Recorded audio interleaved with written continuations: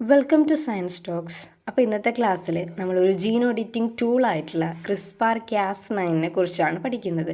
അതെങ്ങനെയാണ് മെഡിക്കൽ ഫീൽഡിൽ ഒരു റെവല്യൂഷൻ സൃഷ്ടിക്കാൻ സാധിക്കുന്നത്.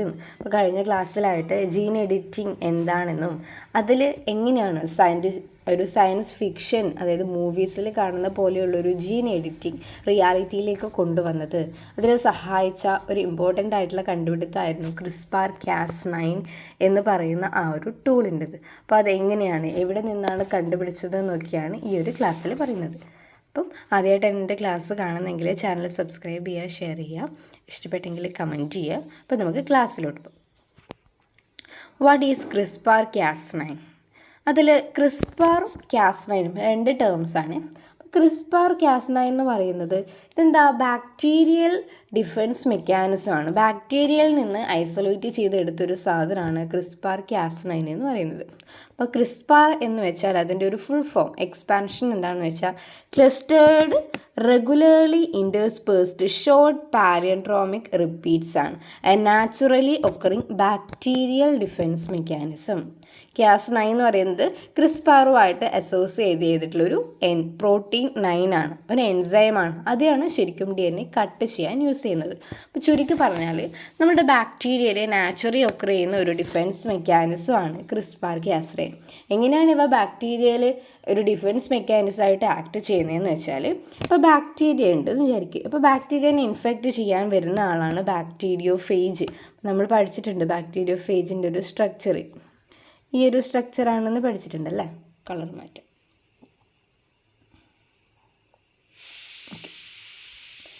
അപ്പം ഇതാണ് ഒരു ബാക്ടീരിയോഫേജ്. ഇവിടെ ഒരു പ്രോട്ടീൻ കോട്ട് ഉണ്ട്, DNA ഉണ്ട്. അപ്പോൾ ഈ ഒരു ബാക്ടീരിയോഫേജ് നമ്മളുടെ ബാക്ടീരിയോഫേജ് എന്ന് വെച്ചാൽ ഒരു വൈറസാണ്.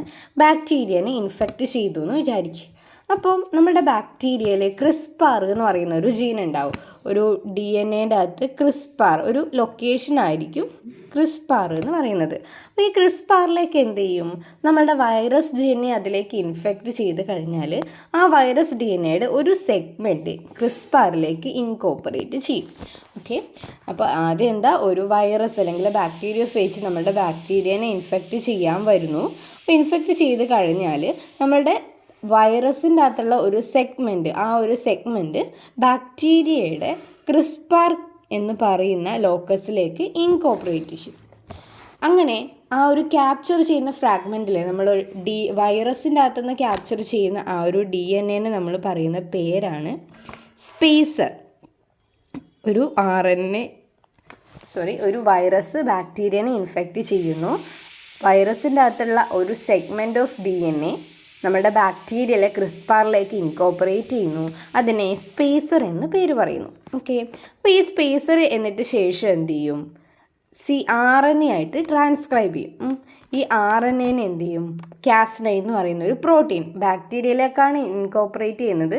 CRISPR-ൻ്റെ സഹായത്തോടെ ഈ ഒരു സ്പേസറിനെ RNA ആയിട്ട് കൺവേർട്ട് ചെയ്യും. അപ്പോൾ ആ RNA എന്ത് ചെയ്യും, ഒരു പ്രോട്ടീൻ Cas9 ഉണ്ടാക്കും. ആ Cas9 എന്ന് പറയുന്ന പ്രോട്ടീനാണ് എവിടെയാണോ പുതുതായിട്ട് പിന്നെയും ആ ഒരു ഒരിക്കൽ വന്ന വൈറസ് പിന്നെയും അറ്റാക്ക് ചെയ്യാൻ വരുമ്പോൾ ഈ Cas9 ഓർമ്മ വരും, ഇത് മുന്നേ വന്ന വൈറസാണ്, ഇതിൻ്റെ DNA സെഗ്മെൻറ്റ്സ് എൻ്റെ അടുത്തുണ്ട്. അപ്പോൾ നമുക്ക് ഇതിൻ്റെ ജീനിൽ ആ ഒരു ഇൻഫെക്ഷൻ നൽകുന്ന ജീനിനെ പോയിട്ട് നമുക്ക് കട്ട് ചെയ്യാം എന്ന് പറഞ്ഞിട്ട് Cas9 എന്ത് ചെയ്യും, ആ വരുന്ന പിന്നെയും സബ്സീക്വൻ്റ് ആയിട്ട് വൈറസ് വരുന്നുണ്ടെങ്കിൽ ആ വൈറസിൻ്റെ ടാർഗറ്റ് ചെയ്ത ജീനിൽ പോയിട്ട് കട്ട് ചെയ്തിട്ട് വൈറസിൻ്റെ ആ ഒരു ഇൻഫെക്ഷസ് എബിലിറ്റി കുറയ്ക്കും. ഓക്കെ, അപ്പോൾ അതാണ് ഇവിടെ പറയുന്നത് CRISPR-Cas9 is a gene editing technology. അതൊന്ന് വായിക്കാം. ഓക്കെ, CRISPR-Cas9 എന്ന് പറയുന്ന ഒരു ജീൻ എഡിറ്റിംഗ് ടെക്നോളജിയാണ് കേട്ടോ. Gene editing technology that uses a guide RNA. ഇവിടെ സ്പേസർ എന്ന് ഉദ്ദേശിച്ച ഒരു RNA സീക്വൻസ് ആണ്. That direct Cas9 enzyme to a specific location in the genome, allowing scientists to precisely cut and modify, essentially acting as a molecular scissor. ഇതൊരു ഡെഫിനേഷനാണ്. Process അടുത്ത സ്ലൈഡിൽ പറയുമ്പോൾ നമുക്ക് മനസ്സിലാവും. ഓക്കെ, ഇതാണ് ഹൗ CRISPR-Cas9 അല്ലെങ്കിൽ CRISPR വർക്ക്സ്. ഒരു സിമ്പിൾ അനലോഗിയാണ്. എത്രയും സിമ്പിളായിട്ട് പറയാം അത്രയും സിമ്പിളായിട്ടാണ് ഇത് പറഞ്ഞിട്ടുള്ളത്. അപ്പം ഈ ഒരു ക്രിസ്പാർ ആക്ട് ചെയ്യണമെങ്കിൽ അവിടെ ഒരു ഗൈഡ് RNA വേണം.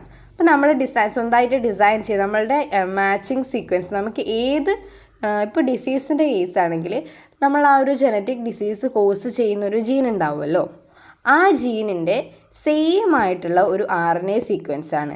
ഏതാണോ ഡിസീസ് കോസ് ചെയ്യുന്ന ആ ഒരു ജീനിൻ്റെ സെയിം ഡിസൈനാണ് നമ്മൾ ഈ ഒരു ഗൈഡ് RNA ആയിട്ട് ഡിസൈൻ ചെയ്യുന്നത്. ഓക്കെ, അപ്പോൾ ഗൈഡ് RNA നമ്മൾ ആദ്യം ഡിസൈൻ ചെയ്തു.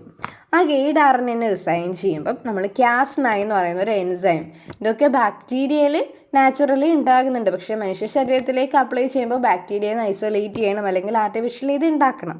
അപ്പോൾ Cas9 എന്ന് പറയുന്ന ഒരു എൻസൈം, അതൊരു പ്രോട്ടീനാണ്. ആ എൻസൈമാണ് കട്ട് ചെയ്യാനും പേസ്റ്റ് ചെയ്യാനും, അത് മോളിക്യുലാർ സിസറായിട്ട് ആക്ട് ചെയ്യുന്നതാണ്.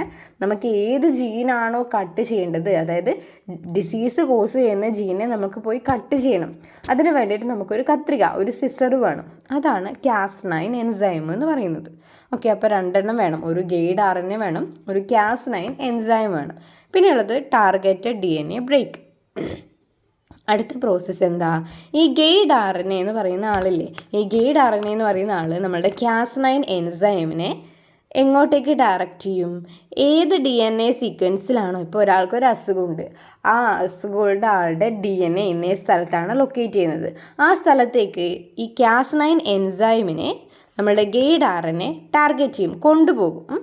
എന്നിട്ട് എന്ത് ചെയ്യും, ആ ഒരു DNA സീക്വൻസിൽ അവിടെ ഡബിൾ സ്ട്രാൻഡുള്ള ഒരു ബ്രേക്ക് ഉണ്ടാക്കും. ആര്, Cas9 enzyme. Double strand break ഉണ്ടായി കഴിഞ്ഞാൽ നമുക്ക് വേണ്ടാത്ത ആവശ്യമില്ലാത്ത ജീനെ അവിടെ കട്ട് ചെയ്ത് മാറ്റി. അപ്പം നമ്മളുടെ ഉള്ളിൽ തന്നെ ഒരു DNA റിപ്പയർ മെക്കാനിസം ഉണ്ട്. അപ്പോൾ ആ ഒരു റിപ്പയറിൻ്റെ അടുത്ത് എന്ത് ചെയ്യും, പുതിയ നമുക്ക് ഡിസയർ ആയിട്ടുള്ള, അതായത് അസുഖമൊന്നും ഇല്ലാത്ത ഒരു ജീന് കൊണ്ടുപോയി കൊടുത്തു കഴിഞ്ഞാൽ അവിടെ റിപ്പയർ മെക്കാനിസം നടക്കും. ആക്ച്വലി ഇങ്ങനെയാണ് ഒരു ക്രിസ്പാറിൻ്റെ വർക്കിംഗ് എന്ന് പറയുന്നത്. അപ്പോൾ ഇവിടെ ഒരു ഡയഗ്രം ഉണ്ട്, അത് വെച്ച് നോക്കാം. അപ്പോൾ ഇതാണ് നമ്മളുടെ DNA ടെംപ്ലേറ്റ്. അവിടെ എന്തുണ്ട്, അൺവാണ്ടഡ് ആയിട്ടുള്ള ഒരു സീക്വൻസ് ഉണ്ട്. ഈ ഒരു ഗ്രീൻ കളറിൽ കൊടുത്തേക്കുന്ന അൺവാണ്ടഡ് ആയിട്ടുള്ള സീക്വൻസ് ആണ്. ഓക്കെ, അപ്പോൾ എന്താണ് ഈ അൺവാണ്ടഡ് സീക്വൻസ് എന്ന് വെച്ചാൽ, ഇപ്പോൾ സിക്കിൾ സെൽ അനീമിയ ആണെങ്കിൽ ആ സിക്കിൾ സെൽ അനീമിയക്ക് കാരണമാകുന്ന ജീനിൽ എന്തെങ്കിലും മ്യൂട്ടേഷൻ വന്നു എന്ന് വിചാരിക്കും. അപ്പോൾ ആ സിക്കിൾ സെൽ അനീമിയക്ക് കാരണമാകുന്ന ഒരു ജീനാണ് ഇതുള്ളത്. അപ്പോൾ നമുക്ക് എന്ത് വേണം, ഈ ഒരു ജീനെ കട്ട് ചെയ്തിട്ട് നല്ല ഒരു ജീന്, അതായത് സിക്കിൾ സെൽ അനീമിയക്ക് കാരണമാകാത്ത ഒരു ജീനിനെ പേസ്റ്റ് ചെയ്യണം. അതിനെന്ത് ചെയ്യും, ഈ ഒരു DNA ടെംപ്ലേറ്റ് നമ്മൾ കസ്റ്റമൈസ് ചെയ്യും. കസ്റ്റമൈസ് എന്ന് വെച്ചാൽ നമുക്ക് തിരിയാൻ വേണ്ടിയിട്ട് അതിന് ചെറിയ റേഡിയേഷനോ അങ്ങനെ എന്തെങ്കിലും കൊടുത്തിട്ട് റേഡിയോ ആക്റ്റീവ് ലാബലിങ്ങോ അങ്ങനെ എന്തെങ്കിലുമൊക്കെ ചെയ്യും. അപ്പം ഈ ഒരു DNA സീക്വൻസാണ് ഇവിടെ കൊടുത്തേക്കുന്നത്. അപ്പോൾ അടുത്തത് എന്താ, നമ്മളൊരു ഗൈഡ് RNA ഉണ്ടാക്കിയിട്ടുണ്ട്. ഈ വയലറ്റ് കളറിൽ കൊടുത്തേക്കുന്നതാണ് ഗൈഡ് RNA. ആ ഗൈഡ് RNA എന്ത് ചെയ്യും, നമ്മൾ ഉണ്ടാക്കിയ Cas9 എൻസൈമിനെ ആ ഒരു ടാർഗറ്റഡ് സീക്വൻസിലേക്ക്, അതായത് ഈ ഒരു പൊസിഷനിലേക്ക് കൊണ്ടുവരും. കൊണ്ടുവന്നതിന് ശേഷം എന്ത് ചെയ്യും, ഈ Cas9 എൻസൈം ഇവിടുന്നും അങ്ങ് കട്ട് ചെയ്യും. നമുക്ക് വേണ്ടാത്ത സീക്വൻസ് ഇല്ലേ, ആ ഒരു സീക്വൻസിൽ പോയിട്ട് 2 സ്ട്രാൻഡിലും ഡബിൾ സ്ട്രാൻഡ് ബ്രേക്കാണ് ഉണ്ടാക്കുന്നത്. Double strand break, DSB, double strand break ഉണ്ടാക്കും Cas9 എൻസൈം പോയിട്ട്. അപ്പോൾ ഇവിടെ ഇതാ ഡബിൾ സ്ട്രാൻഡഡ് ബ്രേക്ക് ഉണ്ടാക്കി. എന്നിട്ട് നമുക്ക് ആവശ്യമില്ലാത്ത ജീൻ, ഇവിടെ ഇപ്പോൾ പച്ച കളർ കാണുന്നുണ്ടോ, അതിനെ അങ്ങ് എന്ത് ചെയ്തു, കട്ട് ചെയ്ത് മാറ്റി. അപ്പോൾ നമുക്ക് ആവശ്യമില്ലാത്ത ജീനെ അല്ലെങ്കിൽ DNA സീക്വൻസിനെ കട്ട് ചെയ്ത് മാറ്റി.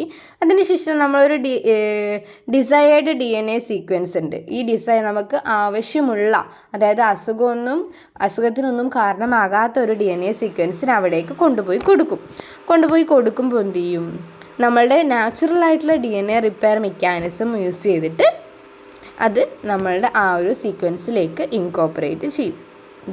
എന്നിട്ട് അസുഖമില്ലാത്ത ഒരു ജീനെ അവിടെ ഉണ്ടാക്കിയെടുക്കും. ഇങ്ങനെയാണ് CRISPR-Cas9 വർക്കിംഗ് എന്ന് പറയുന്നത്. ഓക്കെ, ഇനി ഈ ഒരു CRISPR-Cas9 ടെക്നോളജി എങ്ങനെയാണ് മെഡിക്കൽ ഫീൽഡിൽ മെഡിക്കൽ അഡ്വാൻസ്മെൻറ്റിന് യൂസ് ചെയ്യുന്നത്, ഏതൊക്കെ ഡിസീസസ് ട്രീറ്റ് ചെയ്യാൻ വേണ്ടിയിട്ടാണ് എന്നൊക്കെയാണ് പറയുന്നത്. അപ്പം ഒന്നാമത്തെ അതിൻ്റെ മെറിറ്റ് എന്ന് പറയുന്നത് ജനറ്റിക് ഡിസോർഡേഴ്സ് ട്രീറ്റ് ചെയ്യാണ്. അപ്പം എങ്ങനെയാണ് ഈ ജനറ്റിക് ഡിസോർഡർ ട്രീറ്റ് ചെയ്യുക, ഇപ്പോൾ ഇവിടെ എന്തൊക്കെയാണ്? Cystic fibrosis, sickle cell anaemia, beta thalassaemia, Leber's congenital amaurosis എന്നൊക്കെ പറഞ്ഞിട്ട് കുറേ ഡിസീസ് ഉണ്ട്. അപ്പോൾ ഈ സിസ്റ്റിക് ഫൈബ്രോസിസ് ആണെന്ന് വിചാരിക്കുക. അപ്പോൾ ഈ സിസ്റ്റിക് ഫൈബ്രോസിസ് കോസ് ചെയ്യുന്ന ഒരു സീക്വൻസ് ഉണ്ട്. ഇപ്പോൾ എനിക്കിപ്പോൾ സിസ്റ്റിക് ഫൈബ്രോസിസ് ആണെങ്കിൽ എൻ്റെ DNA-യിൽ ഒരു ജീൻ ഉണ്ടാകും. ഈ ഒരു ഡിസീസിനെ കോസ് ചെയ്യുന്ന ഒരു മ്യൂട്ടേഷൻ ഉണ്ടാകും. ആ മ്യൂട്ടേഷൻ ഒരു DNA സീക്വൻസിൽ എവിടെയാണോ മ്യൂട്ടേഷൻ നടന്നത് അവിടെ എന്ത് ചെയ്യും?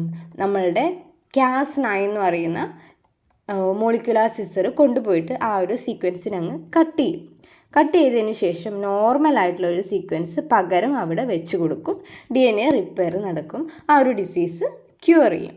അങ്ങനെയാണ് ജനറ്റിക് ഡിസോർഡേഴ്സൊക്കെ ട്രീറ്റ് ചെയ്യാൻ CRISPR-Cas9 ഉപയോഗിക്കുന്നത്. പിന്നെ എന്താ? Cancer therapy. ഇതൊക്കെ വലിയ പ്രോസസ്സാണ്. ഓരോന്നും ആവശ്യമുണ്ടെങ്കിൽ ഞാൻ അടുത്ത ക്ലാസ്സുകളിലായിട്ട് ഓരോന്നും ഡീറ്റെയിൽഡായിട്ട് ഇട്ടുതരാം. അപ്പോൾ ടാർഗറ്റഡ് ക്യാൻസർ ട്രീറ്റ്മെൻറ്റ് എന്ന് വെച്ചാൽ ഈ CRISPR എന്ത് ചെയ്യും? ക്യാൻസർ റിലേറ്റ് ചെയ്യുന്ന ക്യാൻസറിനെ കാസ് ചെയ്യുന്ന ഒരു ജനറ്റിക് കാരണം കൊണ്ടാണ് ഈ ഒരു ക്യാൻസർ ഉണ്ടായതെങ്കിൽ ആ ക്യാൻസർ റിലേറ്റഡ് ആയിട്ടുള്ള ഒരു ജീൻസ് ഉണ്ടാവില്ലേ, ആ ഒരു ജീൻസിനെ നമ്മൾ എന്ത് ചെയ്യും? ഇതേപോലെ എഡിറ്റ് ചെയ്യാൻ വേണ്ടി പറ്റും. കട്ട് ചെയ്തിട്ട് പുതിയൊരു ജീന്, ക്യാൻസർ അല്ലാത്തൊരു ജീൻ, അതായത് ക്യാൻസറിന് പോലും ഒരു ട്രീറ്റ്മെൻറ്റ് കൊടുക്കാൻ പറ്റുന്ന ഒരു പൊട്ടൻഷ്യൽ ഉണ്ട് നമ്മുടെ CRISPR എന്ന് പറയുന്ന ടെക്നോളജിക്ക്. അതിന് CAR-T ടെക്നോളജി എന്നൊക്കെ പേര് പറയും. പിന്നെ ഉള്ളത് ഇൻഫെക്ഷ്യസ് ഡിസീസാണ്. അതായത് വൈറസ് ഇൻഫെക്റ്റ് ചെയ്യുന്ന വൈറൽ ജീനോം, അതായത് വൈറസ് നമ്മുടെ ബാക്ടീരിയ നമ്മളുടെ ശരീരത്തിലേക്ക് ഇൻഫെക്റ്റ് ചെയ്ത് കഴിഞ്ഞാൽ നമുക്ക് ഉണ്ടാകുന്ന ഡിസീസ് ഉണ്ടല്ലോ, എയ്ഡ്സ്, ഹെപ്പാറ്റൈറ്റിസ്, മലേറിയ പോലെയുള്ള ആ ഒരു ഡിസീസിന് വൈറസിനെ എങ്ങനെ അറ്റാക്ക് ചെയ്യാമെന്ന് പറയണ്ടല്ലോ. വൈറസിൻ്റെ DNA-നെ നമ്മൾ ടാർഗറ്റ് ചെയ്തിട്ട് നമ്മളുടെ ഉള്ളിൽ ഒരു CRISPR ഉണ്ടെങ്കിൽ അതിനെ ടാർഗറ്റ് ചെയ്തിട്ട് അതിനെ അവിടുന്ന് കട്ട് ചെയ്യും. അതാണ് ഇൻഫെക്ഷ്യസ് ഡിസീസ് എന്ന് ഉദ്ദേശിക്കുന്നത്. പിന്നെ ഉള്ളത് ഡ്രഗ് ടാർഗറ്റഡ് ഡിസ്കവറി. അതായത് കുറേ ഡിസീസസിന് വേണ്ടിയിട്ടുള്ള ഡ്രഗിനെ ഡിസൈൻ ചെയ്യാൻ വേണ്ടിയിട്ട് നമ്മളുടെ CRISPR യൂസ് ചെയ്യുന്നുണ്ട്. അപ്പോൾ ഇത്രയൊക്കെയാണ് CRISPR-Cas9 എന്ന് പറയുന്ന ഒരു ടെക്നോളജി. എങ്ങനെയാണ് ഹൗ ഇറ്റ് വർക്ക്സ്, എങ്ങനെയാണത് വർക്ക് ചെയ്യുന്നത്, എങ്ങനെയാണ് അതൊരു മെഡിക്കൽ ഫീൽഡിൽ ഒരു ജനറ്റിക് ഡിസോർഡറിനെ തന്നെ ഇതുവരെ കണ്ടുപിടിക്കാത്ത ഒരു ക്യൂറേഷൻ മെത്തേഡ് കണ്ടുപിടിക്കാൻ പറ്റുന്നത്, എങ്ങനെയാണ് ഒരു മെഡിക്കൽ ഫീൽഡിൽ റെവല്യൂഷൻ സൃഷ്ടിക്കാൻ പറ്റുന്നതെന്നൊക്കെയാണ് ഈ ഒരു CRISPR-Cas9 പറയുന്നത്. പിന്നെ ഇത് മെഡിക്കൽ ഫീൽഡിൽ മാത്രമല്ല അഗ്രികൾച്ചറൽ ഫീൽഡിലും നല്ല അഡ്വാൻസ്മെൻ്റ് ഉണ്ട്. അത് ഓരോ ക്ലാസ്സിലായിട്ട് ഞാൻ ഇടുന്നതായിരിക്കും. അപ്പോൾ താങ്ക് യു.